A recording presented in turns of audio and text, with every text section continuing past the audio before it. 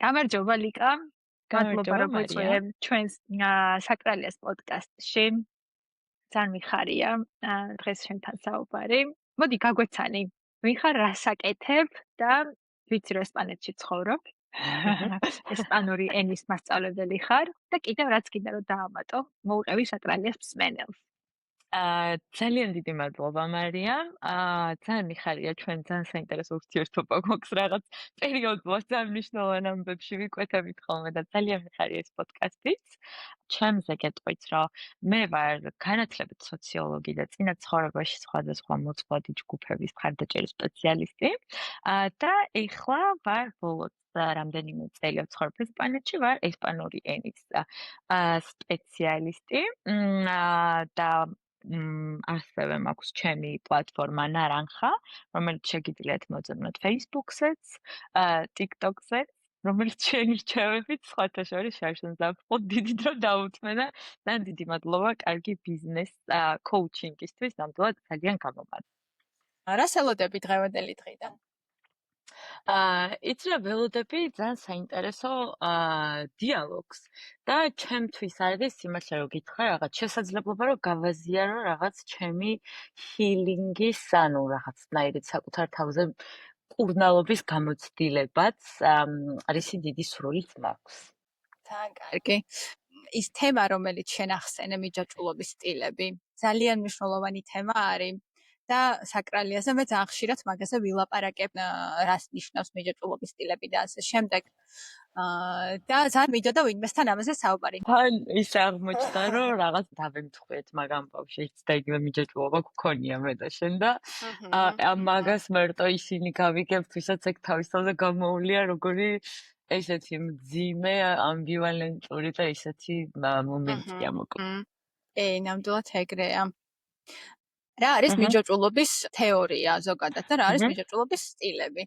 რომ გავაცნოთ ჩვენს მსმენელს, სანამ დავიწყებთ ამაზე სიღრმისეულად ლაპარაკს. მიჯაჭვულობის თეორია არის თეორია ფსიქოსოციალურ მეცნიერებაში, ასე ვთქვათ, ფსიქოლოგია და სოციალური მეცნიერებები იყენებენ ამ თეორიას და ეს თეორია გვეუბნება, რომ ადამიანები ერთმანეთთან ურთიერთობაში, როდესაც ვართ, ჩვენი დინამიკა ურთიერთობის შეიძლება განისაზღვროს 4 სხვადასხვა სტილი. და ეს 4 სხვადასხვა სტილი არის, ასე ვთქვათ, სოციალურობის და თავდაჯერების კოორდინატეთა სიბრტყეში განთავსებული. ანუ არსებობს მაღალი სოციალურობა, დაბალი სოციალურობა, მაღალი თავდაჯერება, დაბალი თავდაჯერება. ამ ორი ფაქტორის სხვადასხვა პოლუსები ქმნის 4 მიჯაჭვულობის სტილს. და ეს სტილები არის პირველ რიგში უსაფრთხო მიჯაჭვულობა, რომელიც არის მაღალი სოციალურობის და მაღალი თავდაჯერების მქონე ადამიანებს ახასიათებს. შემდეგ არის შფოთვითი მიჯაჭვულობა, რომელიც არის დაბალი თავდაჯერების და მაღალი სოციალურობის ადამიანების მიჯაჭვულობა და შემდეგ არის უკვე დაბალი სოციალურობის ორი მიჯაჭვულობა, მაღალი თავდაჯერება, ვისაც აქვს იმას ახასიათებს განრიდებითი მიჯაჭვულობა და ვისაც დაბალი სოციალურობა და დაბალი თავდაჯერება აქვს, იმას ახასიათებს ეს ჩვენი ავად სახსენებელი შერეული მიჯაჭვულობა, რომელსაც ასევე ეძახიან შფოთვა განრიდებითი, შეიძლება ესეც დავარქვათ. ანუ სამი სახელით არის ცნობილი. ერთი არის ეს შფოთვა განრიდებითი, მეორე არის შერეული და მესამე არის დისორგანიზებული რა. ანუ ეს სამი სხვადასხვა სახელით იცნობენ და ძირითადად ინტერნეტში რა მასალები ძიდება არის ამ შფოთვითი განრიდებითის ურთიერთქმედებაზე, მაგრამ ძალიან ცოტა მხდება ხოლმე ამ შერეული მიჯაჭვულობის შესახებ და ზუსტად ამიტომ რაღაცა ჩემში განათდა, როცა შენ მომწერე რომ მოდი შერეულ მიჯაჭვულობაზე ვილაპარაკოთ, თქო, იმიტომ რომ მეც ესეთი მიჯაჭვულობა მახასიათებს და ძალიან მინდა რომ უფრო სიღრმეში დეტალურად და მაგალითებზე დაყრდნობით განვიხილოთ რა. მე პირადად ძალიან მომწონს და ძალიან ბევრ რამეში დამეხმარა ეს თეორია და პირველ რიგში რომ რაღაცა კოორდინატები მეპოვა რა ჩემ რაღაც ნავიგაციაში მიჯაჭვულობები ყოველთვის ყალიბდება მშობლებთან და ბავშვობაში მიღებული გამოცდილების საფუძველზე. მე ისე ხდება რომ ჩვენ ეს აღარ გვახსოვს და აღარ აქვს მნიშვნელობა ჩვენ გვახსოვს, მაგრამ ჩვენს ხელს სამწუხაროდ მაინც ახსოვს და ჩვენ გვინდა თუ არ გვინდა ურთიერთობებში სარკისებურად ეგ აირეკლება. და მერე რა ხდება? შფოთვითი და განრიდებითი მიჯაჭვობის მქონე ადამიანები ყოველთვის მაგნიტივით იზიდავენ ერთმანეთს და ჩვენ არაორგანიზებული, რომელსაც შფოთვითიც აქვს და განრიდებითიც ამთავრებს ან შფოთვარესთან, ან განმრიდებელთან. და ყოველთვის არის აი ერთი და იგივე სცენარები და ჩვენ შემთხვევაში რა კი ჩვენ ორივეს ვატარებთ, ხო? ანუ რას ნიშნავს ეგ, რომ შენ გაქვს ძალიან შფოთვარე ხასიათი, მაგრამ ასევე გაქვს განრიდების ბუნება და როგორ ყალიბდება? როგორც წესი, ვთქვათ, განრიდებითი მიჯაჭვობა არის ისეთი ბავშვებისგან, რომლებიც მოდიან ოჯახებისგან სტანდარტულად, სადაც როგორც თოჯინებს ისე ექცეოდნენ, რომ კარგად უნდა ისწავლო, ეს უნდა ქნა, ის უნდა ქნა, ასე შემდეგ და არ ქონიათ არანაირი თავისუფლება. შესაბამისად, დიდობაში ისინი ურთიერთობისგან ძალიან დისტანციურები არიან, იმიტომ რომ აი სიახლოვე მათთვის ნიშნავს თავისუფლების დაკარგვას. შფოთვითის შემთხვევაში რა ხდება? შფოთვითი არის ისეთი დაჩაგრული, შეიძლება რაღაცა ისეთი, რომელსაც არ გაუმართლა მშობლები არ ყავდა ემოციურად ხელმისაწვდომი და შესაბამისად ისინი ეძებენ ერთმანეთს. ანუ განრიდებით ყოველთვის ამთავრებს შფოთვითთან, იმიტომ რომ არის რაღაცა ისეთი დინამიკა, რომ შფოთვით ახსენდება რაღაცა თავისი ბავშვობის არქეტიპები და განრიდებით ეკომფორტულება ის, რომ თავიდან ბოლომდე ეწყობა ვიღაცა და ნუ აი რაღაცა ძალიან ადიქტიული პატერნია. და მოდი აი აქ ჩავურთოთ ის, რომ მაინც და მაინც საბოლოოდ არ არის აუცილებელი, რომ ერთად იყონ ურთიერთობაში. ანუ მინდა აქ დავანახო მსმენელს პოტენციალი იმის, რომ ამ მიჯაჭვობის სტილის შეცვლა არის შესაძლებელი, ამის განკურნება და თერაპია არის შესაძლებელი, როგორც შფოთვითი, ისე განრიდებითი, ისე შერეული, აი ეს დისორგანიზებული, შეიძლება გახდეს საბოლოოდ ჯანსაღი და ეს არის ძალიან მნიშვნელოვანი პოინტი. მადლობა. არაორგანიზებულის ბექგრაუნდი რა არის ამ შემთხვევაში? როგორც წესი, მოიაზრება, რომ არაორგანიზებული მიჯაჭვობა აქვთ ისეთ ბავშვებს, რომელსაც ჰქონდათ ბავშვობაში უსაფრთხოების პრობლემა. ანუ არაერთჯერადაც იყვნენ ან ფიზიკური, ან ემოციური ძალადობის ქვეშ. მე მახასიათებს ბავშვობიდან, რომ ემოციურად ძალიან მარტივად ხვდები და რაღაც სარკესავით ვირეკლავ სხვა ადამიანების განწყობას. ოღონდ ამას არ ვაკეთებ რამე დაკვირვებით. რაღაც თავისთავად ხდება რა, რომ ხვდები რომ ამას ახლა ეს აწუხებს, ამას ახლა ეს იცაქვს და რაც სამსახურის ნაწილში ძალიან გამომადგა, მაგრამ პირად ცხოვრებაში ჩემთვის ეს არ იყო საკმაოდ რთული. იმიტომ რომ მე ანუ ძალისხმევის გარეშე ორ შაბათს ხვდები რაღაცას, რაც პარტნიორმა შეიძლება ერთი კვირის მერე მიხვდეს და ამას ვერც ეუბნები, იმიტომ რომ გონია რას იგონებ და ასე შემდეგ, მერე რაღაცა ის ხდება, რაც შენ იფიქრე.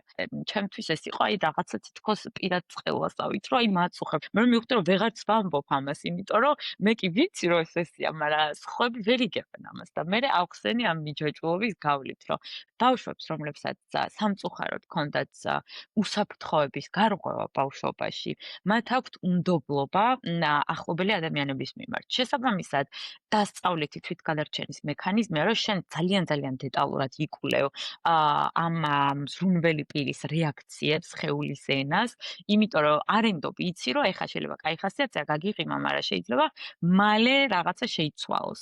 შესაბამისად, ეძებ რაღაცა ნიშნებს, რომ მის გამომეტყველებებში და სხეულის ენაში და ხმის ტონში და ასე შემდეგ, რომ დროზე მოასწრო თავის დაცვა. და ეს ითარგმნება იმაში, რომ დიდობაში შენ უკვე ზედმეტ ძალისხმევის გარეშე რაღაცნაირად სარკისებრად ირეკლავ და ძალიან მარტივად გრძნობ სხვა ადამიანების ემოციებს. ჩემთვის ეგ იყო ერთი პატერნი, რაც ჩემ თავზე პირადად გამომიცდია. ძალიან მნიშვნელოვანი არის ალბათ იმის გაცნობიერება, რა რწმენა წარმოდგენა აქვს თითოეულ ამ მიჯაჭვობის სტილის მქონე ადამიანს. რა და განსაკუთრებით შერეულის დროს თუ შფოთვითი მიჯაჭვობის მქონე ადამიანი მისი რწმენა არის, რომ მე არ ვარ კარგი და შენ ხარ კარგი, ხოლო განრიდებით მიჯაჭვობას აქვს, რომ მე ვარ კარგი და შენ არ ხარ კარგი, დაახლოებით ასეთი რწმენა. შერეულს აქვს ესეთი რწმენა, რომ არც შენ ხარ კარგი და არც მე ვარ კარგი. ორივე არასაკმარისად კარგები ვართ. ჩემი პოდკასტის პირველ ეპიზოდში ზუსტად მაგაზე ვლაპარაკობდი, რომ მე ჩემს ურთიერთობაში ზუსტად აი ეს ასე ვთქვათ რწმენა მიშლიდა ხელს, რომ დამეჯერებინა, რომ მეც კარგი ვარ და ვიმსახურებ სიყვარულს და არაფერი შესაძლებელი არ მაქვს და ჩემს პარტნიორსაც არაფერი არ აქვს შესაძლებელი და ისიც კარგია. ანუ არა, მე მჯეროდა რომ მე ცუდი ვარ, ისიც ცუდია და ორივემ ძალიან ბევრი უნდა ვიმუშაოთ იმისათვის, რომ დავიმსახუროთ ერთმანეთის სიყვარული. და არ მჯეროდა იმის, რომ ვთქვათ, მე თუ ადამიანს უყვარვარ, it's okay-ია რა, ანუ ეს იმის გამო არ ხდება, რომ რაღაცა კარგი გოგო ვარ მაგალითად რა. უბრალოდ ვუყვარო და მორჩა და ყველანაირი კარგი გოგოობის და ხუთოსნობის გარეშე ვიმსახურებ ამ სიყვარულს რა. აი ეს წვენა წარმოდგენები არის ძალიან მნიშვნელოვანი და ბარემ უსაფრთხოსაც ვიტყვი.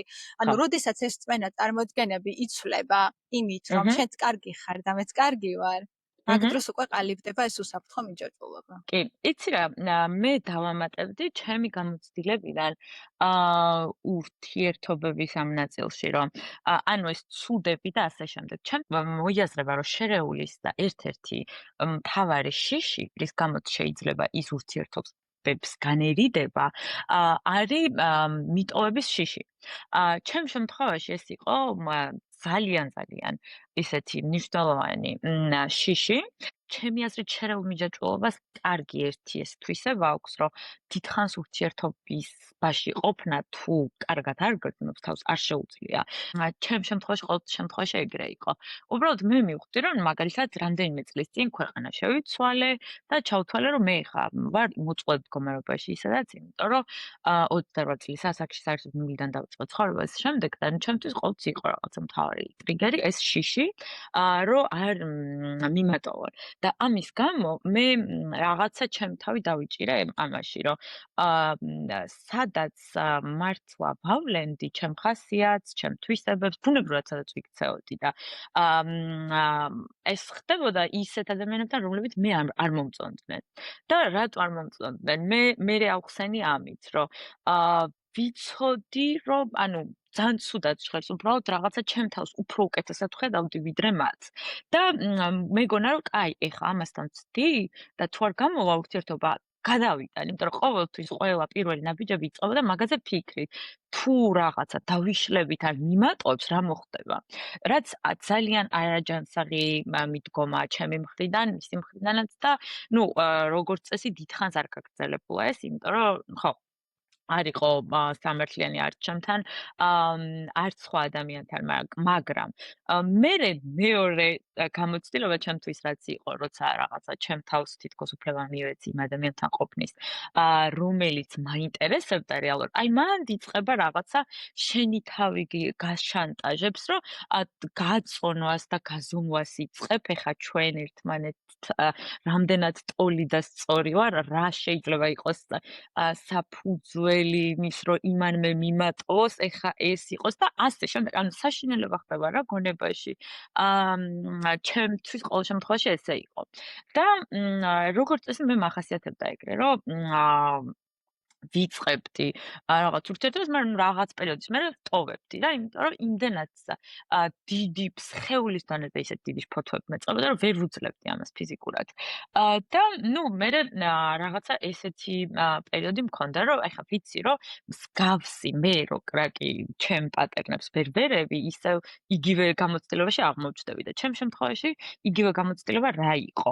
როდესაც იზიდავ, გაქვს შერეული მიჯაჭვულობა, იზიდავ ან ფოთვით მიჯაჭვულობის მქონე ადამიანებს, ვინც თავიდან ბოლომდე ადაპტირდება შენზე და შენთვის ეს ცოტა ისეთი არაა, ცოტა გახრჩობს, რომ თავიდან ბოლომდე შენზე ადაპტირდება ვიღაცა და რაღაცა გბეზრდება კიდევაც და მეორეს მხრივ არის განრიდებითი მიჯაჭვულობის მქონე ადამიანთან და ეს ჩემთვის პირადად არის ყველაზე მტკივნეული გამოცდილება წარსულში, რაც ყოფილა, იმიტომ რომ სხეულებრივ დონეზე ისეთი ტკივილები განვიცდია მე ამით, რომ რა გითხრან, რომ ისე რომ ჭამა აღარ მახსოვდა და აი რაღაც თითქოს მუცელში მთელი ჭრილობა გეხსნება და რაღაც ძალიან ის გაქვს. და ნუ ყოველთვის ჩემთვის მაგალითად რაღაცა განმეორებადი სცენარიდაც იყო, რომ ნუ აი როცა განრიდებითი მიჯაჭვულობის ადამიანთან ხვდებოდი, ანუ როგორ იწყება განრიდებითი მიჯაჭვულობის მქონე ადამიანთან კლასიკური ურთიერთობა.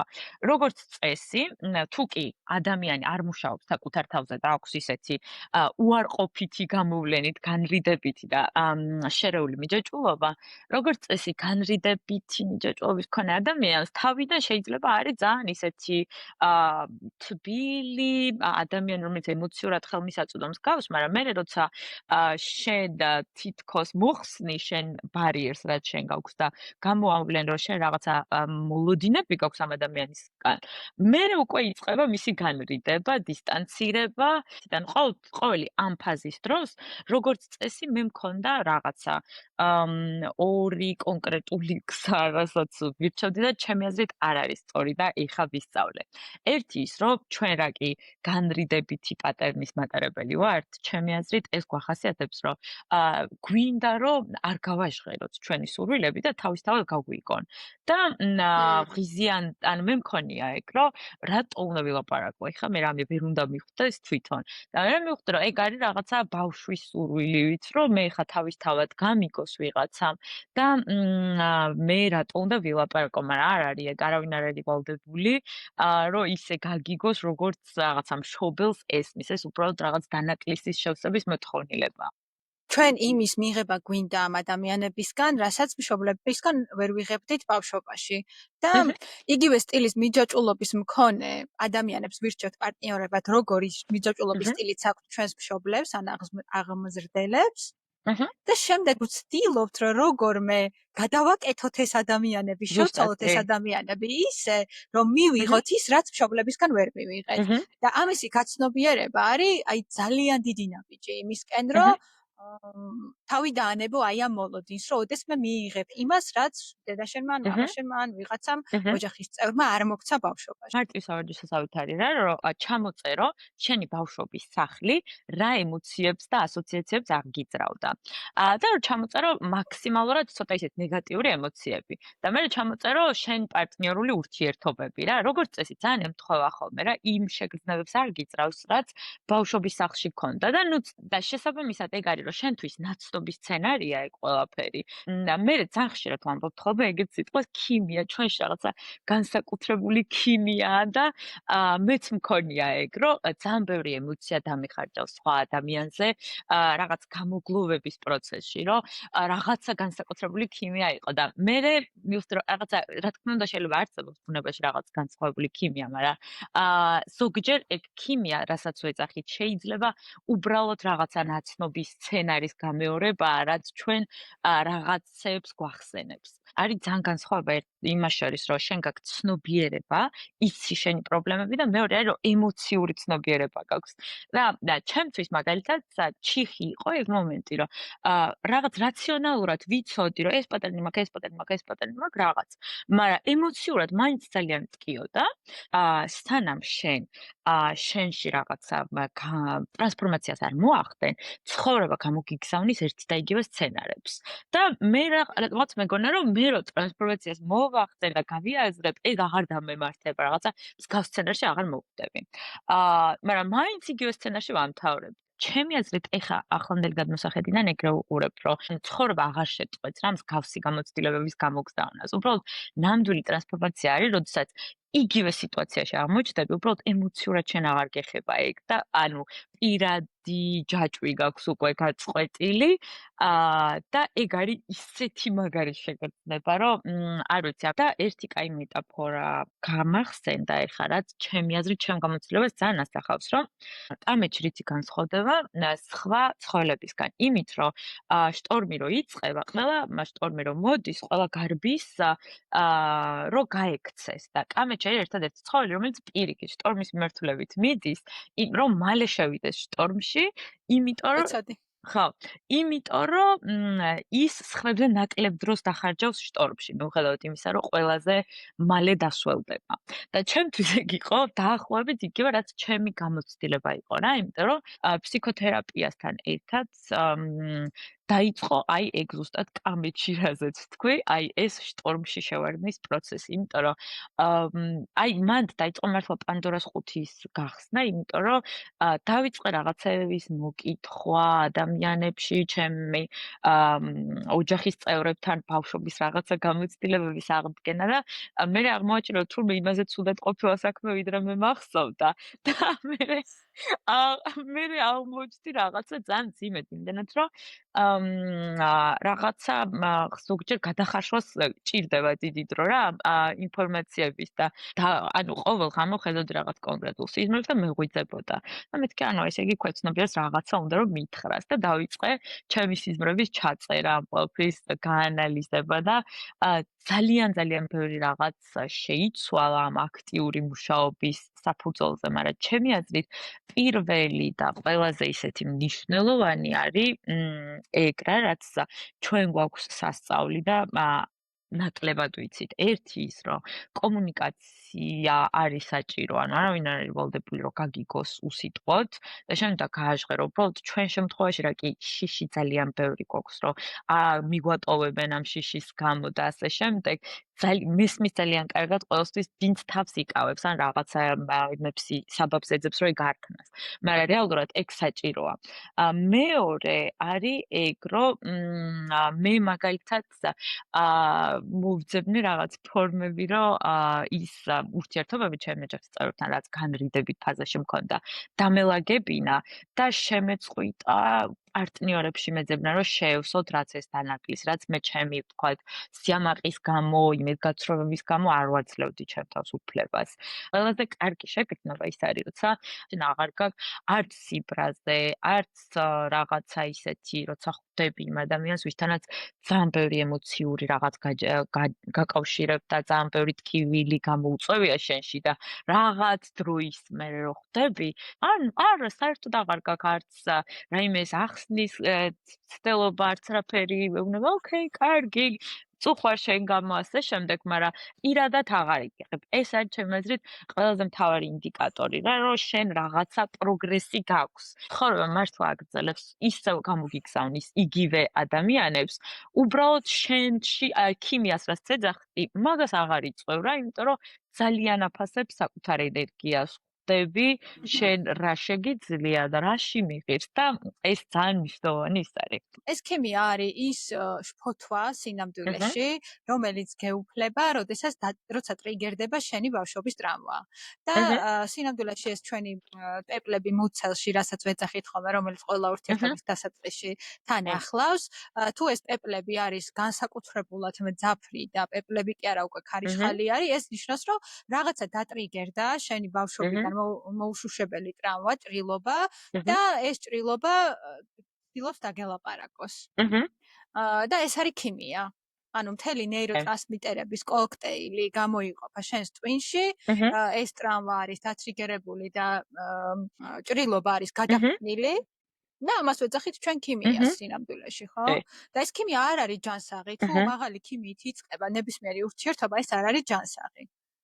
და აი ეს ჩემი ის ურთიერთობა, რომელზეც მე პირველ პოდკასტში ვილაპარაკე, ზუსტად ესეთი კოქტეილით დაიწყო რა და ამით იყო ზუსტად მომხიბლავი და თითქოს რა ისეთი შეგრძნება მქონდა რომ იმ ერთადერთს შევხვდი და რაღაცა ეს არის ჩემი ცხოვრების სიყვარული და სინამდვილეში ეს იყო უბრალოდ ჩემი ბავშვობის ტრავმა დატრიგერებული, რომელიც სასოწარკვეთილად ითხოვდა ყურადღების მიქცევას და მე უბრალოდ არ მქონდა არც საკმარისი ცოდნა, არც გამოცდილება, არც თერაპიაში ვიყავი, არაფერი აბსოლუტურად.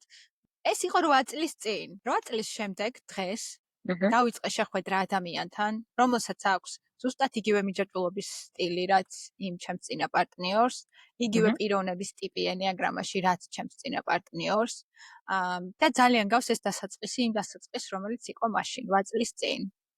და ეხლა მხოლოდ ხვდები, რამხელა გზა მაქვს გამოვლილი 8 წლის განმავლობაში და რამდენად არის ჩემი მიჯაჭვულობის სტილი შეცვლილი, რამდენად არის ჩემი კომუნიკაციის ფორმები შეცვლილი, ჩემი ემოციური რეაქციები შეცვლილი და უსაფრთხოების შეგრძნება ურთიერთობაში გაზრდილი 1000 ჯერ. მე ვფიქრობ, რომ ეს ადამიანი, ვისაც ახლა შევხვდი, არის ასე ვთქვათ სამყაროს საჩუქარი, რომ მე კიდევ ერთხელ გადავიმეორო ბუმბერაზი კლასიკოსები. ხო, ეგ ძალიან კაი შეგრძნება, ძალიან კარგად მესმის, რასაც ამბობ, იმიტომ რომ პირველად რო დამემართა, რაღაცა ველოდები რა, ეხა ჩემი თავის გარდა, ეხა უნდა ვიტირო, რაღაცა უნდა ვქნა და ბიჭო, არც ტირი ვარ, არც სევდიანად არ ვარ, არც ბრაზდები და ნუ მე რაღაცა ფსიქოლოგს თხოვე რა, რომ შევხვდეთ მის კი რაღაცა ემოცია გამიშტერდა თუ რაღაცა და არ ვიდა რომ რაღაცა შიშმაკრო შიგნით დაილექოს და მე გამახსენოს თავი და მითხარ ხო ოკეია, იმიტომ რომ შენი რაღაცა ტრანსფორმაცია განიცადა, უბრალოდ შენ twins აქვს დასწავლილი, რომ ამ სიტუაციაში ყოველთვის რაღაცა გლოვა უნდა დაიწყო და უნდა იტირო და თქო, მაგრამ აღარ გაქვს რა, აღარ წარმოშობს მაგ ემოციებს, ამიტომ გილოცავ, შეგიძლია ისუნთქე დაწყლარები და ასე შემდეგ. მართლა გამოღვიძებას გავს ეგ პერიოდი, თითქოს რაღაცა უცებ დაბლარულში იყავი და სიმკვეთრე მიეცა და რაღაცა ის გაგდა.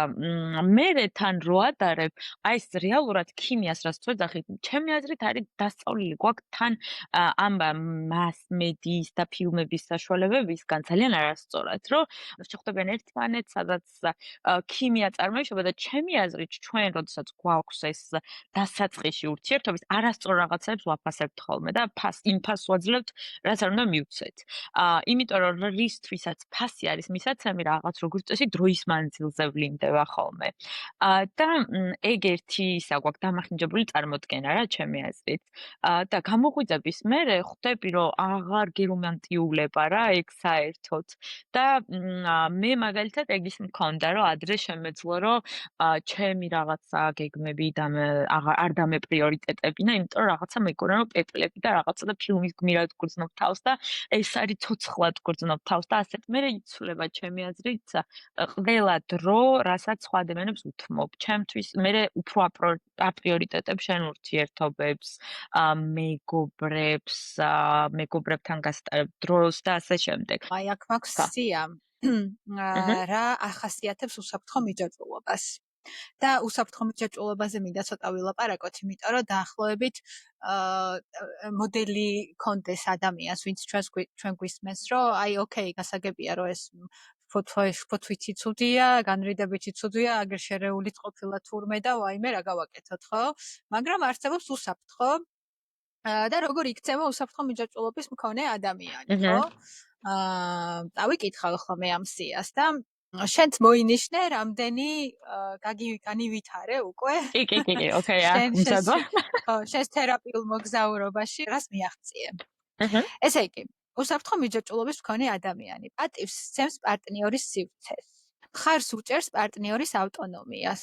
ღიაა მოწყვლადი საკითხების მიმართ. გამოხატავს გრძნობებს. განსხვავებებზე შეუძლია მოლაპარაკება. მზადაა კომპრომისისთვის. მზადაა დახმარების ძებნისა და მიღებისთვის. ცდილობს დაშორება თავიდან აიცილოს, მაგრამ მზადაა ამისთვის, თუ კი ურთიერთობა არ მუშაობს. აი, ეს არის უსაფრთხო მიჯაჭვულობა. წმენა მე კარგი ვარ, შენ კარგი ხარ. თავდაჯერება მაღალი, სოციალურობა მაღალი. ჩემი აზრით რაც ძალიან განმევითარდა და რაც მეგონა რომ ადრე მქონდა მარცინაძე შენ მქონდა არის კომუნიკაციისთვის მზაობა. კომუნიკაციის მზაობა ჩემთვის იყო ყოველთვის ძალიან დიდი ისეთი შფოთვის წყარო, იმიტომ რომ მეგონა რომ მოტივი გახდებოდა დაშორების. და როცა ვიცოდე რაღაცა საუბარი მელოდებოდა, ღამე არ მეძინა, რაღაც ძალიან ცუდად ვიყავი და ასე შემდეგ და ეხა მე თვითონ დამინიცირებია დიალოგი, რასაც ადრე ალბათ სიამაყის გამო, შიშის გამო არ ვიზამდი და ამის ძალიან მადლობელი ვარ ფსიქოთერაპიის ჩემი თავის, რომ შევძელი ღიად კომუნიკაცია. არც გავიქეცი და ეგ არ იყო რაღაცა შფოთვის წყარო. და მაგის მიღმა რაღაცა ეს მქონდა, რომ ძალიან პატივს ვცემ სხვის სივრცეს და ადრე ჩემი აზრით ეს მქონდა, რომ ძალიან ესეთი წნეხი და სწრაფი მოგვარება მინდა და ყოველთვის კონფლიქტების, იმიტომ რომ ეგ რაღაცა რო იწელება რაღაცა ის გაქვს, რომ აი მე ხა ის თავიდან უნდა გავიარო რაღაც ძველი და მე ეგეც ძალიან მადლობელი ვარ ამის, რომ სხვის სივრცეს პატივს ვცემ, სხვა იგივეს ვითხოვმე და პლუს მოწყვლადობა. ესეც ჩემი აზრით ეგ არის კომუნიკაციის პროცესში, როცა ავლენ, იცი რა, ჩემთვის მნიშვნელოვანია ეს სტაბილურობა, ეს. შენ თუ გინდა, ოკეი, არ გაძალებ, შეგიძლია მოიფიქრო, შეგიძლია ის და ადრე მე ამას არასდროს არ ვიძამდი, არ ვერ ვიტყოდი, ან შეიძლება მე თქვა მარტო როგორც სიტყვები, მაგრამ ემოციურად ჩემთვის ეგ არ იქნებოდა. ემოციებზე ლაპარაკობდი შენ და ემოციების თვითრეგულაციაზე მინდა რომ გავამახვილო ყურადღება რა. იმიტომ რომ სინამდვილეში ამ სამივე არაჯანსაღ მიჯაჭვულობის სტილს საფუძველში აქვს შფოთვა. სამივე არის შფოთვაზე დაფუძნებული. შფოთვითი მიჯაჭვულობა ვისაც აქვს, იმას აქვს შფოთვა იმის შესახებ, რომ იატოვებენ განრიდებითი ვისაც აქვს, იმას აქვს შფოთვა იმის შესახებ, რომ მის საზღვრებს დაარღვევენ და თავისუფლებას შეუზღუდავენ და სული ეხუთებათ. და შერეული ვისაც აქვს, იმას აქვს ორივე მიტოვების შიშიც და უარყოფის შიში, მიტოვების და უარყოფის შიში პრინციპში და ამის გამო იქცევა შერეულად, ანუ ერთის მხრივ ცდილობს მოიპოვოს თავისი პარტნიორი და მეორეს მხრივ თუ კი შეატყო, რომ პარტნიორს ცოტა გული გაუცივდა, ან რაღაც მოუკლო ყურადღებას და ზრუნვას, პირიქით თვითონაც უკან იხევს, ანუ ორივენაირად იქცევა, ერთი მხრივ შფოთვარებაშია და მეორე მხრივ განრიდებაში, ხო? მაგრამ სამივე საფუძველი არის შფოთვა, როგორც ძირეული ემოცია. და მე რაც დამეხმარა ჩემი მიჯაჭვულობის სტილის შეცვლაში და განკურნებაში, იყო ზუსტად აი ამ შფოთვასთან პირდაპირი შეხვედრა და აი ამ შფოთვის და ზოგადად ემოციების თვითრეგულირების სწავლა. მე შენიც გეცოდინება, რომ ძალიან ბევრი მედიტაციის კურსი მაქვს გავლილი და რა ვიცი წელიწადში დაახლოებით 200 საათი ვზივარ სიჩუმეში და სიბნელეში. და ანუ ამ მედიტაციის შედეგად ზუსტად ჩემი ემოციების არა მარტო შფოთვის და არა მარტო მიჯაჭვულობის სტილების, არამედ ნებისმიერი ნეგატიური ემოციის მიმართ გამკლავების მექანიზმები ძალიან გაუმჯობესდა. და ეს მეხმარება ყველაფერში რა, ანუ ის როდესაც თქვა ცევდიანი ვარ თუ რა ვიცი მიმატოვეს თუ შფოთვაში ვარ ვაწი მიმატოვებენ და ასე შემდეგ, თუ ეს ემოციები მე შემიძლია რომ გავარეგულირო და უფრო უკეთესად გავუმკლავდე და უფრო ეფექტურად ვმართო, მაშინ ჩემთვის ეს შფოთვა ისეთი დიდი აღარ არის და ისეთ დიდ გავლენას ჩემზე აღარ ახდენს. და აი ეს ემოციური თვითრეგულაცია იყო ჩემთვის ძალიან გადამწყვეტი. ეხლა ანუ როდესაც აი სია ხო წავიკითხე, იმ სიაში ერთ-ერთი არის, რომ უსაფრთხო მიჯაჭვულობის სტილის მქონე ადამიანი კომფორტულად არის იმ იდეასთან, რომ შეიძლება ეს ურთიერთობა დამთავრდეს. მიუხედავად იმისა, რომ თვითონ არ შეეცდება განრიდებას და თვითონ არ დაიწყებს იმის პროვოცირებას, რომ დაასრულოს ურთიერთობა და ყველანაირად შეეცდება, რომ გამოიყენოს კომუნიკაციის სხვადასხვა მეთოდები და ასე შემდეგ, მაქსიმალურად ჩანსახად მოაგვაროს კონფლიქტები. მაინც თუ ეს ურთიერთობა დასასრულისკენ წავიდა, მას ამის შესახებ დიდი შფოთვა არ აქვს. ჩემთვის ხო არა გაქვს რამე კითხვა. ხა გაქვს საშუალება რომ გამოამზეურო ჩემი ბნელი ცხოვრება. ანუ მე ვიცი რომ შენ რაღაცა ბევრი წელი დაგიხარჯავს ურთიერთობაში, რომელიც მე აღმოჩინე რომ არ იყო. შენთვის აი რა იყო ესეთი გადამწყვეტი ფაზა, იმიტომ რომ ფაქტია რომ რაღაც დონემდე ბევრი ითმინე თუ უცდები მითხარი. ჩემ შემთხვევაში ძალიან დრამატულად განვითარდა მოვლენები. პირველი ის რომ თვითონ ურთიერთობა მუდმივად ეს როლერ კოსტერი იყო და სულ აღმადაღმა სიარული ემოციურად. მაგრამ ასევე ჩვენ რამდენჯერმე დავშორდით და რამდენჯერმე შევრიგდით. და ამ რამდენჯერმე დაშორება შერიგების დროს თანდათან უფრო და უფრო უარესდებოდა დაშორების სცენარი. ანუ ყოველი დაშორება იყო იმაზე უფრო დრამატული ვიდრე წინა, იმაზე უფრო ძალადობრივი ვიდრე წინა და ბოლო დაშორება უკვე ფიზიკურ ძალადობაში გადაიზარდა და აი ეგ ძალიან ისეთი გამოღვიძების ტოლფასი იყო ჩემთვის რა, რომ აი თითქოს თვალები ამეხილა იმ მომენტში და მივხვდი რომ ანუ აღარ მეჩვენება არაფერი. აი ემოციურ ძალადობაში კიდე შეიძლება რაღაცეები შენ თავს მოატყუო რა და კიდე თქვა რომ იცი რა არა მთლად ისე არ არის ყველაფერი როგორც მე ვგრძნობ რა მაინც ბოლომდე შენ თავს ვერ ენდობი თითქოს და ძალიან ბევრი რაციონალიზაცია არსებობს იქ და პარტნიორისგანაც მე იღებ უამრავ ბოდიშებს, ცრემლებს, რაღაც არ ვიცი, გამოსწორების დაპირებებს და ასე შემდეგ და რაღაც მე შენ თავში ეჭვგეპარება და ყოველთვის მე ესე ვიყავი, რომ ჩემ თავს არ ვენდობოდი და ეს თვითრწმენა რო გამეზარდა და გამეაქტიურებინა, ამაში ძალიან ბევრი წელი დავხარჯე ამ ურთიერთობის შემდეგ. ამიტომ ეხლა ვხვდები ამ გადმოსახედიდან, რომ მაშინ როცა მე ამ ურთიერთობაში ვიყავი, ძალიან რთული იყო ჩემთვის, რომ საკუთარი თავის დამეჯერებინა და საკუთარი სხეულის და საკუთარი გზნობებისთვის პატივი მეცა და თავიდანვე მეთქვა უარი, ვთქვათ, რაღაცა სერიოზულ ურთიერთობაზე ამ ადამიანთან და მაგრამ როცა ეს უკვე ყველაფერი გადაიზარდა ფიზიკურ ძალადობაში და ჩვენი ბოლო ჩხუბი იყო რაღაცა ოცრად დრამატული, იქ უკვე ყველანაირი წითელი ხაზი გადაიჭრა, ასე ვთქვათ, გადაილახა და უკან დასაბრუნებელი აღარ არსებობდა რა. არც ერთ ხალს არ ვუსურვებ იმ მდგომარეობაში აღმოჩენას, რა მდგომარეობაშიც მე აღმოჩნდი.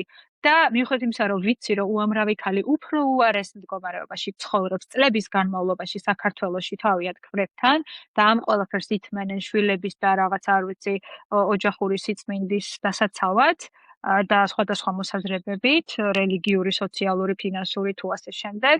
ვიცი, რომ ეს არის ძალიან გავრცელებული პრაქტიკა, მაგრამ ჩემი რა ვიცი, ლოცვა ყოველდღიური, ჩემი ნატრა, ჩემი სურვილი და საკრალიას მთავარი იდეა და რაღაც სულის ჩამდგმელი мотиваცია არის ზუსტად ის, რომ არავინ არ გამოსცადოს ის სასოწარკვეთილება, რაც მე გამოვცადე ამ ურთიერთობის დასასრულს. ოკეი, კაი, მოდი ახლა ესეთ კითხვას დაგირჩა. კიდევ რამე ხო არ არის, რაზეც გინდოდა დღეს საუბარი და ვერ გააჟღერე?